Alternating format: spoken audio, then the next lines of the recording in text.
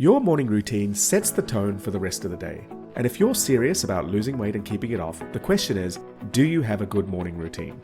In this video, I'm going to share with you what I believe to be the perfect morning routine for weight loss. I'm also going to show you why it's important and what happens if you don't do it, and then I'm going to walk you through each of the steps and how to incorporate them into your morning. And you won't want to miss step 4, because it avoids one of the most common problems that people who are really busy have trying to stick to a weight loss plan.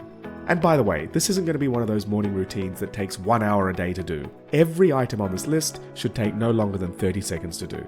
And just so we're clear, in this video, when I'm talking about a morning routine for weight loss, I'm not talking about short-term diet-based weight loss, where you starve yourself to lose a few pounds and then gain it all back a few weeks later. In this video, as with every video on this channel, I'm talking about how to lose weight and keep it off permanently. Every item on this list is something I recommend to clients at my weight loss clinic because it works. So why is the morning routine so important? Because if you want to lose weight permanently, the easiest way to do this is to create habits. What's a habit? It's a behavior that you repeat consistently without needing to think about it. Habits are easier to do than not do. So if we can create a routine, a series of habits, then you don't need willpower. You don't need to make extra effort, you don't need to be in the right frame of mind, and it doesn't matter how busy you are or what else is happening in your life. You'll find it effortless to stick to doing the things that help you to manage your weight. And why are we focused on a morning routine? Because the morning is often the brief window of opportunity during a day where you have some semblance of control before the rest of life takes over. And also, let's not forget, if you set the tone right to begin with, the day is much more likely to flow in the way you want it to.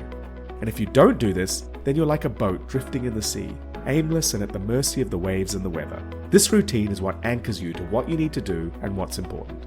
So, let's get into the 4 steps of the perfect morning routine for weight loss. And as I said, each of these steps should take you no more than 30 seconds. Step 1. Should you weigh yourself every day if you want to lose weight? I used to say no, but now I say absolutely. Why? Because it gives you awareness of what's happening. You wouldn't drive your car with a blacked out windscreen, and so you should want to know what your weight is so you know where you stand. Especially once you've reached your goal weight, developing the habit of weighing yourself every day is your early warning system.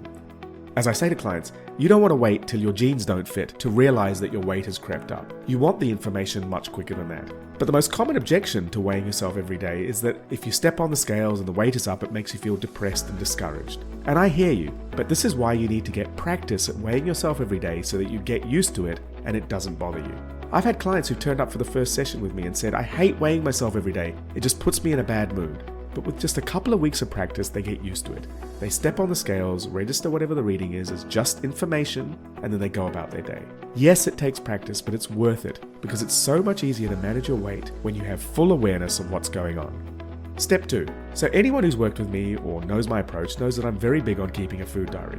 Why keep a food diary? Again, it's about awareness. A food diary makes you fully aware of your eating decisions. There is no room for mindless eating. And most importantly, you can use your food diary to spot eating patterns and make changes to your behavior. And remember, changing behavior is how you're going to lose weight permanently. Also, people who keep food diaries lose more weight than people who don't, so that should be the best reason for keeping one. But the key with the food diary is to always keep it simple as possible. So the simplest food diary that I give to my clients is write down the day, the date, the time, and then what you ate and drank. And I always say to clients, if you're spending more than 80 seconds a day keeping a food diary, you're doing it wrong. So in the morning, when or if you have breakfast, just spend 20 seconds writing down what you had. That sets the right habit for the rest of the day of writing down what you ate as soon as you ate it, because otherwise it's easy to forget. Step 3. Something I found that has been really helpful for clients is thinking about each morning, what am I going to do that's going to be enjoyable today? I call these non-food indulgences. What am I going to do today that's fun, that's going to be relaxing, a bit of self-indulgence, a bit of pampering? Even in the busiest day, can you plan for a short break to do something that you really want to do? This will make your day so much better, it'll make your life better, and it reduces the chances that you'll get to the end of the day and say, poor me, and then look around thinking, what can I eat? So spend 20 to 30 seconds each morning thinking, where can I get my non-food indulgences today? Step 4. I don't believe in structured eating plans where you know what you're going to eat 3 weeks from now. For many of my clients who have lots of responsibilities at work and at home, they don't have time to spend the whole of their Sunday planning out meals and shopping and prepping, and I believe you're setting yourself up to fail if you've got a plan that is too complicated and time-consuming. But what I do like and suggest instead is at the beginning of the day think, where am I going to get food from today? So maybe you've got a meeting at work and it's going to go through your lunch break, so you're not going to be able to get food. What are you going to do? What most people do is they don't think about it, they have the meeting, they miss lunch, and then they're starving, and then they start picking around at foods that are lying around the office, which are usually things like chocolates. But if you think ahead of time, just for 20 to 30 seconds in the morning, where am I getting food from? You'll think, okay, there's a meeting at lunch, I'm not going to be able to get food. Why don't I pick up something as I walk into work? Maybe pick up a salad as I walk into work, and then I've got some food for the meeting. Bonus tip. Step 5. Another good thing to think about in the morning is, how am I going to get some exercise and activity today?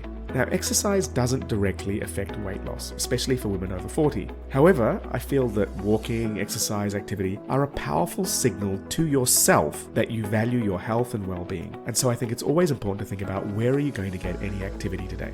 Let's say you're going to be busy, you're not going to be able to go to the gym, or you're not going to be able to go for a long walk. How can you create some short breaks during the day in order to do the activity? Even if it's just walking in the garden, walking to the end of the street, or parking a little further away from the location you're going to. I believe walking should be a part of everyone's daily routine. And if you found that hard to do in the past, then I'd suggest you watch this video, where I give a 12-step plan for creating the easiest, simplest walking plan. So check that out, and I'll see you there.